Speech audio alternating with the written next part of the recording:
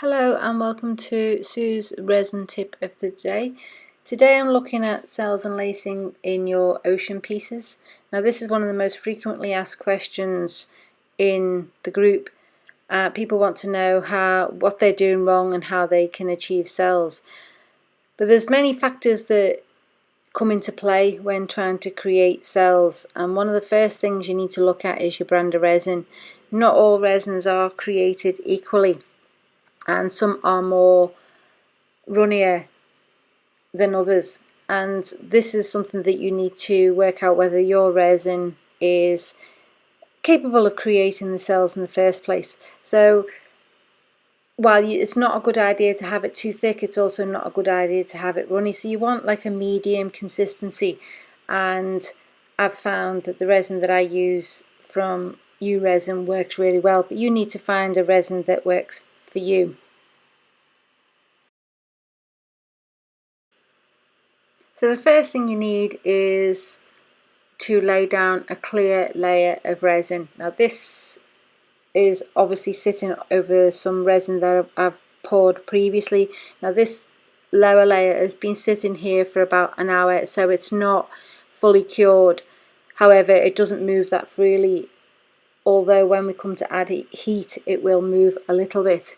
Now the white has been sitting for a little bit of time in the cup also, so this is actually just starting to go off.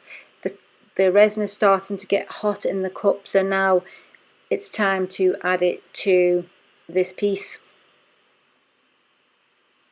Now you don't need to leave it till it goes hot in the cup.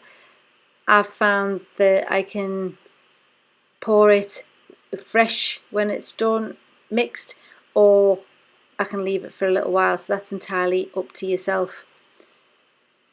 The next component for creating cells is heat. Now some people like to use a blowtorch. I'm not a fan of using a blowtorch because I have a tendency to burn the resin, so I stick with my trusty heat gun. But as you can see here, is I'm using a circular motion to just gently start opening up the resin, but not staying in one place too long, because I don't want to burn the resin. So I'll come back and go over these layers, and as the resin starts to gently heat, you'll see it starts to move a little bit more easily, and then I'll move on to another area and do the same thing. So I don't need to be lingering in an area for too long. And as you can see here, as I'm starting to swirl the white, you can see it is starting to take on a little bit of the colours underneath. That's fine because that gives it a more realistic look. So that's why I don't let the lower layers cure completely, because I do want that to mix ever so slightly. And again, just using a swirling motion just to go backwards and forwards until the resin starts moving and starts breaking up. And as you can see, I'm slowly going around the board, so where I've worked previously I'm again doing the same. So I'm just working in a circular motion and just breaking up areas that I feel need breaking up.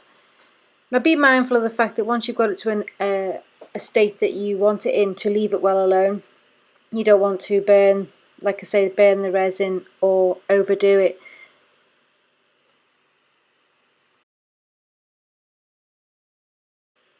Another factor you need to take into consideration is the brand of white that you're using.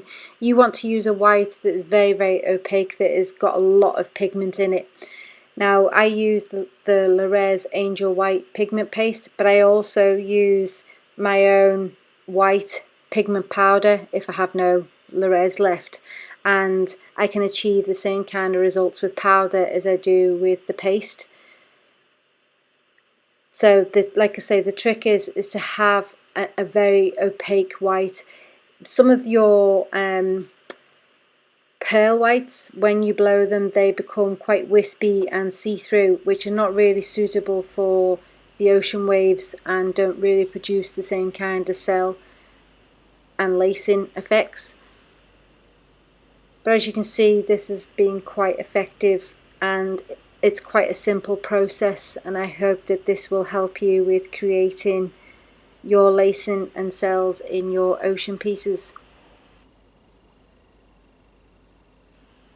If you're interested in seeing the full length version of this project where I turned it into an ocean themed table, then I shall leave a link in the description below. Also, please, if you like this video, then give it a thumbs up, or better still, subscribe to my channel. I have lots of different ideas to keep you inspired, and I will be bringing you more resin tips of the day. So until next time, bye for now.